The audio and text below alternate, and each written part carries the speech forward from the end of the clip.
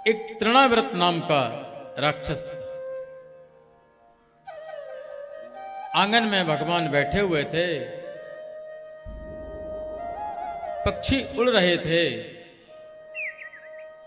और भगवान ने कहा भैया मुझे भी आकाश में उड़ाओ। पक्षियों ने कहा हम तो आपकी कृपा से उड़ रहे, आप अपनी व्यवस्था स्वयं करें। तब तक तृणाव्रत नाम का राक्षस कंस ने भेज दिया आंधी बवंडर तूफान। मानो भगवान ने कहा है कि मेरे लिए मामा ने हेलीकॉप्टर भेज दिया और वो आया और आते ही पूरे ब्रज क्षेत्र में आंधी आंधी, एक दूसरे को कोई देख नहीं पाता था। इसका संदेश आया है कि हमारे जीवन में इस तरह के कई तूफान आते हैं कि हम उनको देख नहीं पाते हैं, हम उनको देख नहीं पाते हैं अपनी विवेक रूपी आंख से। भगवान ने तुरंत दोनों अपने हाथ उस तृणाव्रत के गले में फंसाए और आकाश में उड़ गए।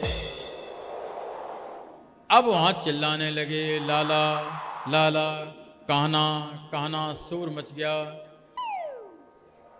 लेकिन इतना तेज आंधी, इतनी तेज आंधी कि कोई किसी को ना देख पाया।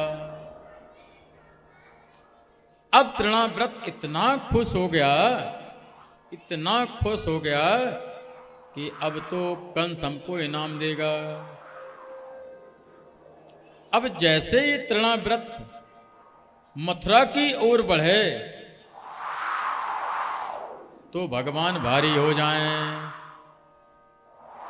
जैसे ही तृणाव्रत मथुरा की ओर बढ़े भगवान भारी हो जाएं, वो वहीं आगे बढ़ ना पाए। और जब वो वृंदावन की ओर मुख करे तो भगवान हल्के हो जाएं।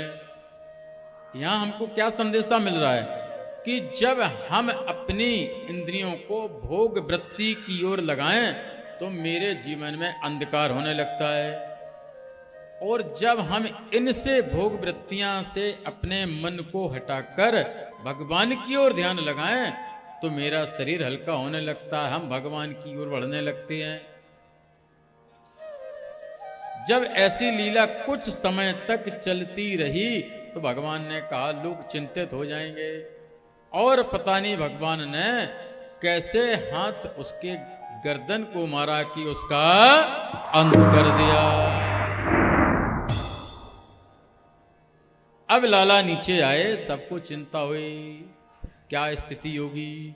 लेकिन जब दौड़ के आए भगवान हंस दिए, सब लोग प्रसन्न हो गए। और मां पुनः कहां ले गई? गौशाला। फिर वही गौमूत्र स्नान, गाय की रज से उसका स्पर्श और पूंछ से भगवान की नजर उतारी। यहां हमको क्या संदेशा मिल रहा है कि जो भगवान की भी इष्ट देव गौ माता, जब उनकी नजर उतर सकती है तो क्या मेरी नजर नहीं उतर सकती है? लेकिन मां यशोदा जैसी श्रद्धा हो, श्रद्धा की बहुत बड़ी आवश्यकता है, क्योंकि वो हमारा 33 करोड़ देवी देवताओं का चलता फिरता मंदिर है, चलता फिरता मंदिर है। आप सारे तीर्थ में स्नान नहीं कर सकते हैं चाहे आप अरबपति हों, लेकिन गाय के, देसी गाय के दोनों सींग से पानी को डालकर उस पानी से आप स्नान कर दें, सारे तीर्थों का स्नान हो जाता है।